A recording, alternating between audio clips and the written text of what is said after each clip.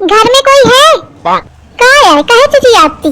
देखिए मैं बिजली घर से हूँ, तो मैं अपने घर से हूँ। अरे मतलब मैं बिजली विभाग से हूँ, तो क्या करूँ? नाचो? नाचिए नहीं, पैसे दीजिए। कौनी बात के? बिजली यूज करती है ना? अरे यूज कहाँ, छुआ थी तो करंट मार दे थी। तो का खा यूज करी हूँ मैं? अरे पंखा तो चलाती है ना? अरे डुगडुगा तनी के चलत न रहा तो खितवा में फेंक आई हूँ। अरे कुछ तो चलाती होंगी तभी तो बिल आया है। तुम पंचा यूज करन दिया तब तो दिन भर बोर्ड में बैठ के लुप दुप करा करत हिया। वो सब मेरे ऊपर वाले करते हैं। कहाँ देखो? अरे मतलब मेरे सीनियर जो हैं वो करते हैं। हाँ तो इनका भेजे सु, ये सब मुझे नहीं पता, चुपचाप बिल दीजिए। चुप्पा चाहिए नहीं, जाऊं थपड़ा दे कि धरती पकड़ ले। हाँ ना गई का नीची बातन की है ही नहीं।